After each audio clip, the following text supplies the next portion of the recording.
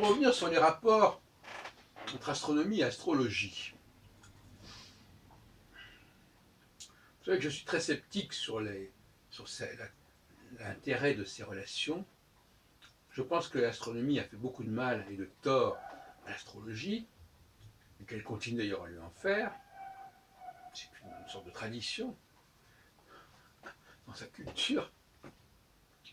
Elle intervient, à la fois elle intervient, puisque c'est elle qui donne des noms mythologiques aux planètes, à la fois elle modifie le statut de certaines planètes, comme Pluton, et en même temps elle s'occupe parfois d'écrire contre l'astrologie ou sur l'astrologie, comme dans le dernier Que sais-je sur le sujet de Zarka et Kunt, qui a remplacé celui de Madame Fuso-Bresch, qui date de 89, je crois, et qui a duré une quinzaine d'années, et après il a été remplacé. Parce qu'elle était probablement trop favorable à l'astrologie, ou du moins, elle était de manière un petit peu naïve. J'aurais préféré en être chargé moi-même de ce nouveau Que sais-je. Enfin, bref. Et voilà, donc, ces cadeaux empoisonnés que sont les nouvelles planètes, complaisamment baptisées Uranus, Neptune et Pluton, c'est-à-dire Uranus, bon d'abord parce que c'est le père de Saturne, et puis on pensait que c'était la dernière planète du système solaire, et puis après dans les courants nouvelles, on a pris Neptune et Pluton qui sont les frères de Jupiter qui ont été dévorés par Saturne justement. Alors, on a aussi le cas de Vulcain que les astronomes avaient baptisé une hypothétique intramercurielle, qui est donc Vulcain, qui renvoie à quelque chose à la forge, et donc une intramercurielle qui est très proche du Soleil, c'est très très chaud, donc c'était en affinité avec la forge. Alors paradoxalement, Vulcain a souvent été nommé, en tout cas en France, dans les années 50-60, par quelqu'un comme par exemple Jean Carteret, mais qui était un grand ami d'André Barbeau. André Barbeau, donc, dans son manuel pratique astrologique, parle de ces deux planètes, Vulcain et Proserpine, quand il présente les domiciles des planètes, et toute la question est là aussi. Et donc Vulcain est passé, le nom de Vulcain a été recyclé, puisque ça a été abandonné, puisque, bon, donc à un moment donné, jusqu'en années 40, il y avait des astrologues, notamment dans les colonnes des cahiers astrologiques de Baldwin, qui nous parlaient de Vulcain. Puis ça a été abandonné, donc Vulcain a été, on s'en est plus occupé, et ça a été recyclé par certains pour nommer une des transplutoniennes, et notamment la plus lointaine, d'une certaine manière. Alors, donc, Vulcain, c'était un nom qui correspondait à une planète très proche du Soleil, et ça a été utilisé finalement pour une planète qui est la plus éloignée, donc la plus froide, un peu paradoxal pour le dieu de la forge. Et donc, l'idée, c'est évidemment, Ptolémée l'avait déjà dit, ou l'avait déjà compris à sa façon, puisqu'il voulait un système dans la tétrabible où les 7 planètes occupassent les 12 signes, quitte à ce que chaque planète domine 2 signes. Alors après, à partir de la découverte d'Uranus en 1781, on a voulu caser Uranus-Neptune dans le système de la tétrabible, avec pas mal de dégâts, puisque on a perturbé le système, la symétrie a été remise en question, et puis on en est encore aujourd'hui avec une situation un petit peu embarrassante et confuse, d'autant plus que dans le cas de Pluton et d'Eris, parce qu'il y a aussi des astrologues qui se sont intéressés à Eris, qui est au-delà de Pluton, ce sont des planètes naines, comme Cérès d'ailleurs, qui est assigné avec Cérès, des astéroïdes, et qui n'ont pas le statut des planètes comme Jupiter ou Saturne ou Uranus ou Neptune. Alors la question qui s'est posée, c'est de savoir si on devait abandonner l'usage de Pluton.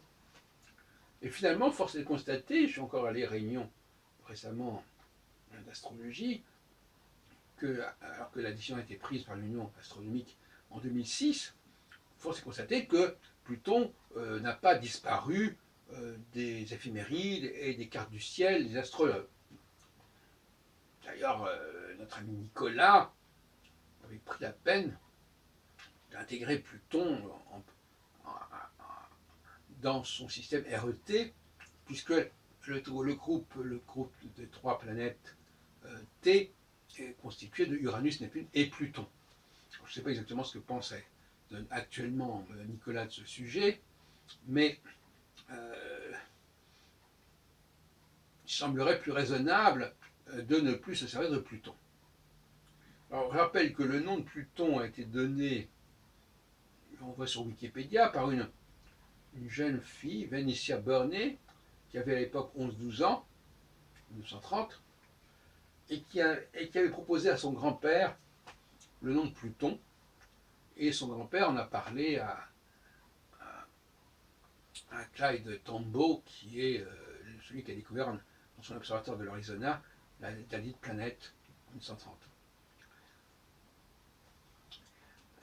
Donc, on se demande d'ailleurs si ça n'est pas lié au chien Pluto de Walt Disney. Bon, admettons. Et donc, nous avons là des tentations astronomiques fort fâcheuses qui, de toute façon, saturent l'astrologie. Mais c'était déjà le cas bien avant la carte de Saturne, puisque déjà le septénaire, c'est déjà beaucoup trop. C'est déjà beaucoup trop. Avec Saturne, Jupiter, Mars, Vénus, Mercure, plus les deux luminaires. Moi, je dis qu'il faut utiliser que la planète Saturne. Bon. Donc, là, on est dans quelque chose de tout à fait excessif.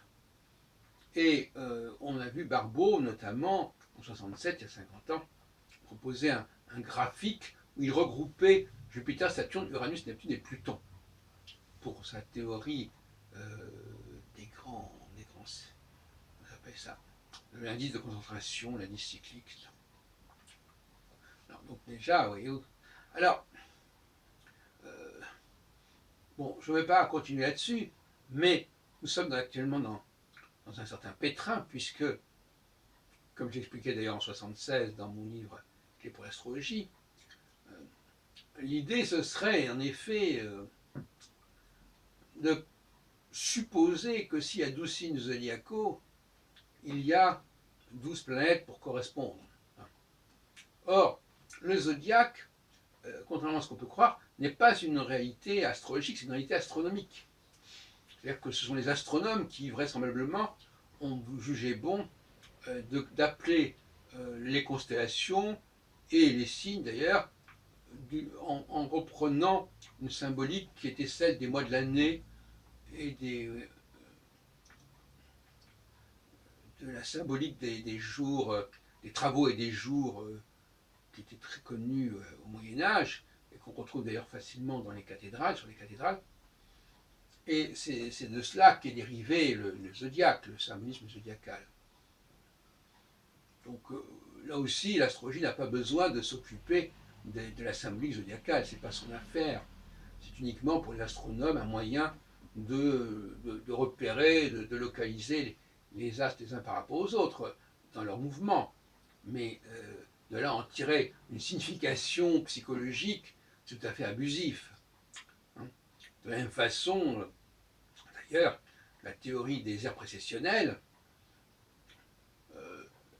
est quasiment d'ordre astronomique. En tout cas, elle n'est pas astrologique au départ. Il s'agit simplement de regarder où est le point vernal dans telle et telle constellation, donc, et de dire que quand la constellation est celle du taureau, on va adopter en conséquence le culte du taureau, et puis quand ça passe au bélier, etc., quand ça passe au présent, tout ça, c'est de la petite astrologie de bazar. Et les astrologues feraient bien de se démarquer à la fois de l'utilisation mythologique de l'astrologie qui les oblige à prendre en compte la totalité des dieux du Panthéon, tout comme il ferait bien de s'abstenir de se servir des signes zodiacaux et de leur symbolique baroque.